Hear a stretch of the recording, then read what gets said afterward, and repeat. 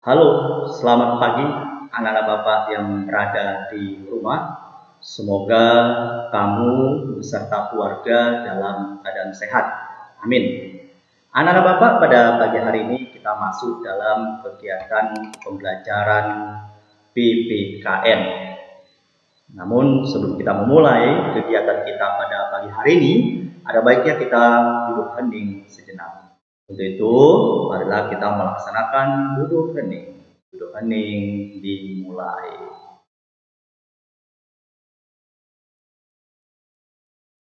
Duduk hening selesai. Baik, untuk selanjutnya, Bapak minta kepada seluruh anak Bapak yang ada di rumah, baik yang beragama Islam, Kristen, Buddha, dan Hindu. Marilah kita berdoa menurut agamanya masing-masing, memanjatkan doa kepada Tuhan Yang Maha Kuasa, semoga kegiatan pembelajaran kita berjalan dengan baik dan lancar. Untuk itu, marilah kita berdoa. Doa dimulai. Doa selesai. Terima kasih kepada seluruh anak-anak Bapak yang ada di rumah, tetap setia menemani Bapak dalam kegiatan pembelajaran jarak jauh. Anak Bapak, pada pagi hari ini Bapak akan memberikan materi lanjutan daripada materi sebelumnya.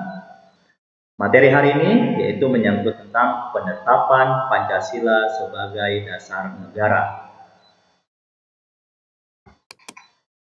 Nah, anak Bapak sekalian, adapun tujuan pembelajaran kita, Bapak berharap sekali kepada seluruh anak-anak Bapak dapat mengetahui penetapan Pancasila sebagai dasar negara. Nah, pada minggu yang lalu, ya, Bapak sudah menyampaikan materi tentang lahirnya Pancasila. Anak-anak Bapak sekalian, pada minggu yang lalu kita melihat daripada rumusan Pancasila, ya, belum kita temukan rumusan Pancasila seperti isi Pancasila yang sekarang ini. Pada minggu yang lalu sudah Bapak sampaikan ada beberapa tokoh dalam sidang BPUPKI, diantaranya ada Profesor Muhammad Yamin, lalu ada Dr. Supomo, lalu ada Insinyur Soekarno. Ketika mereka memberikan usulan isi dasar negara, belum kita lihat seperti isi dasar negara yang sekarang ini. Nah, kemudian muncul yang namanya Piagam Jakarta, ya, juga belum kita temukan isi dasar negara seperti yang sekarang ini, ya. Nah, kita akan lihat pada materi berikut ini kita akan menemukan di manakah letak daripada isi dasar negara yang sekarang ini.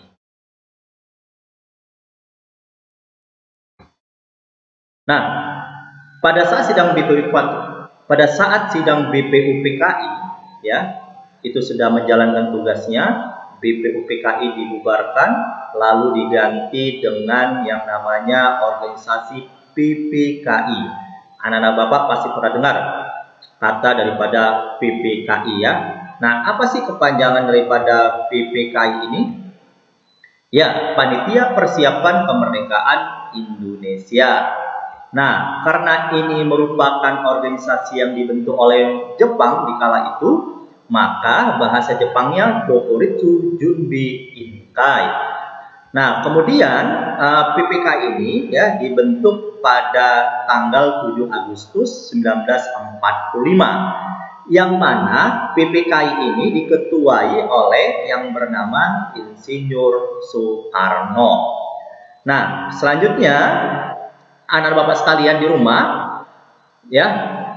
Nah, isi dasar negara pada Piagam Jakarta seperti yang kita lihat ini tidak sama ya dengan isi dasar negara yang sekarang. Nah, pada waktu sidang PPKI ada seorang tokoh, ya. Nantinya kita akan lihat siapa tokohnya yang akan memperbaiki isi daripada dasar negara ini. Nah, sidang PPKI dilaksanakan setelah Indonesia merdeka. Jadi sidang PPKI ini dilaksanakan pada saat setelah Indonesia merdeka. Nah, tepatnya pada tanggal 18 Agustus. Jadi sidang PPK itu dilaksanakan pada tanggal 18 Agustus 1945. Nah, pada sidang itu ada seorang tokoh yang bernama Muhammad Atta. dia menyampaikan usulan tentang perubahan isi dasar negara yang ada di Piagam Jakarta. Kalau anak bapak lihat di sini, di Piagam Jakarta, isi dasar negara yang pertama, ketuhanan dengan kewajiban menjalankan syariat Islam bagi pemeluk-pemeluknya. Usulan daripada Muhammad Atta ini diganti menjadi yang namanya ketuhanan yang Maha Esa. Apa alasan Muhammad Atta memberikan usulan ini harus diganti dengan ketuhanan yang Maha Esa?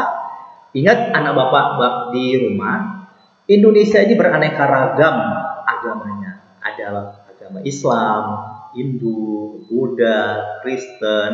Nah, jadi dia menginginkan ada suatu perubahan terhadap isi dasar negara pada sila yang pertama di dalam Piagam Jakarta menjadi ketuhanan yang Maha Esa, agar bisa membentuk rasa persatuan kita di Indonesia.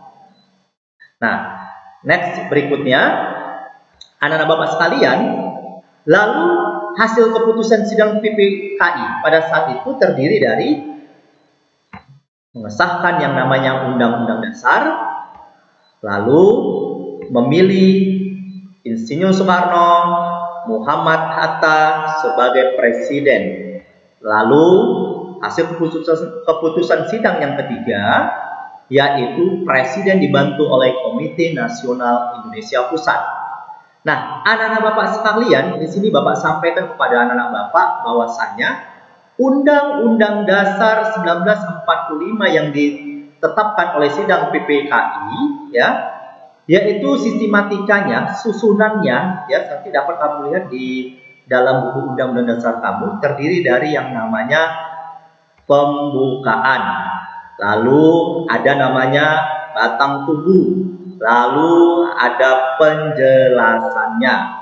Nah, anak-anak bapak sekalian, anak bapak tahu nggak?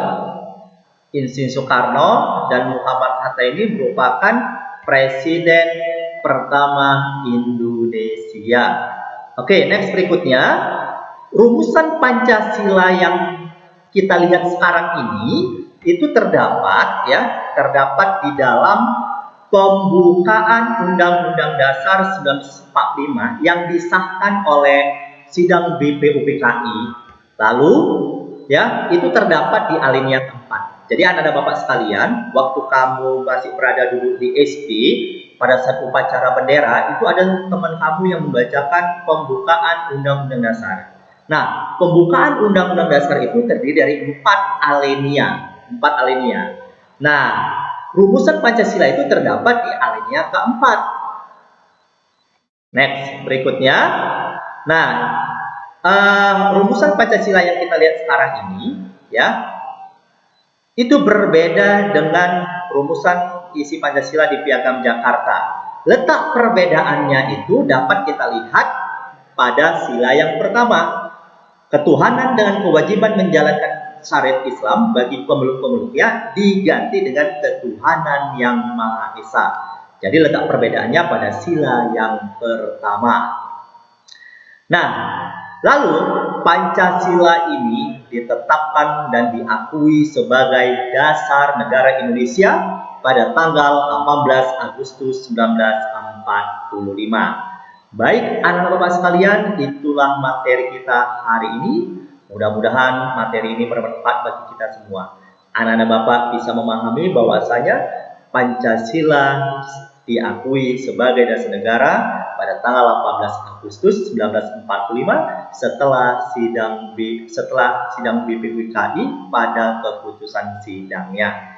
Baik anak-anak bapak yang ada di rumah, itu saja materi bapak pada pagi hari ini. Semoga ini bermanfaat bagi kita semua. Anak-anak bapak, dalam mengakhiri kegiatan ini, di sini bapak sampaikan bahwasanya tujuan akhir dari pendidikan adalah karakter yang baik. Bapak minta pada seluruh anak bapak, tanamkan karakter-karakter yang baik pada diri kamu masing-masing. Cukup sekian pertemuan kita pada hari ini. Bapak ucapkan terima kasih. Sampai jumpa pada pertemuan berikutnya.